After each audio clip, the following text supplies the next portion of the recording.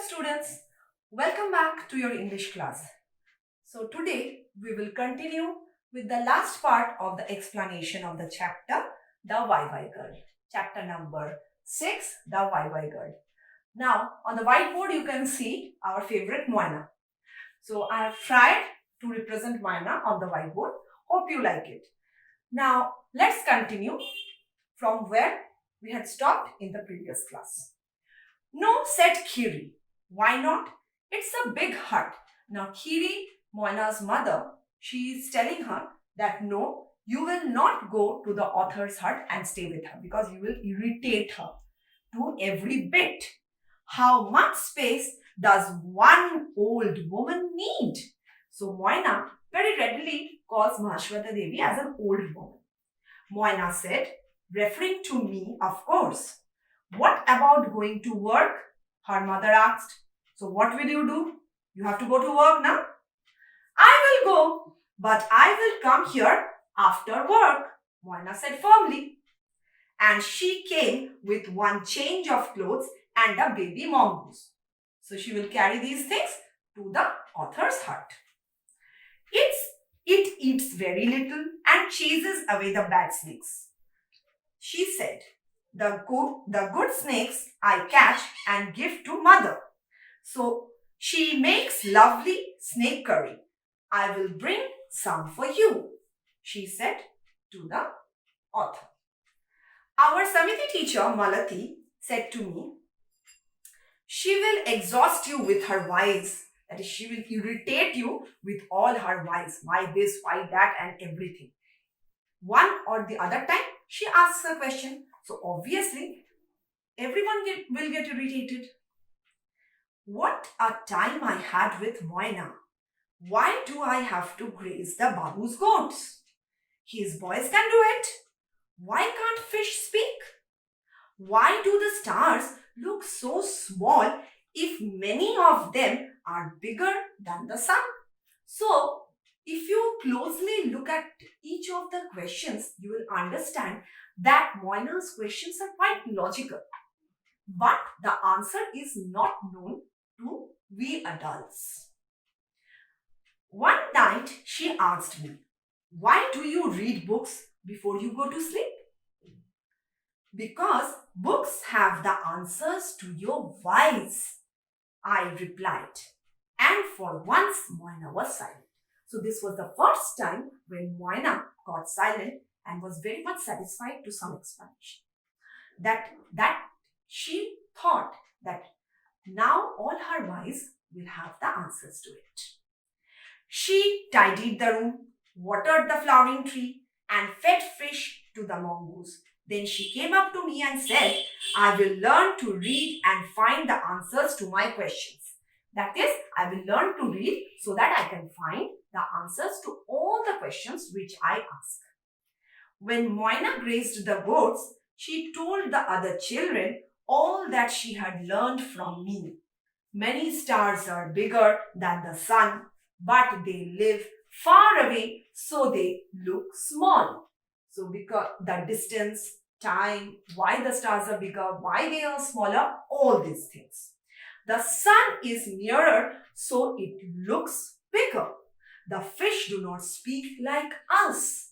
They have a fish language, which is silent. The earth is round, and did you know that? So all these questions and the answers Moana told to her friends.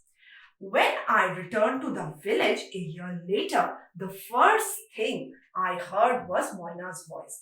Now 1 year later, when Mahashwata Devi returned to the village, she first heard Moana's voice.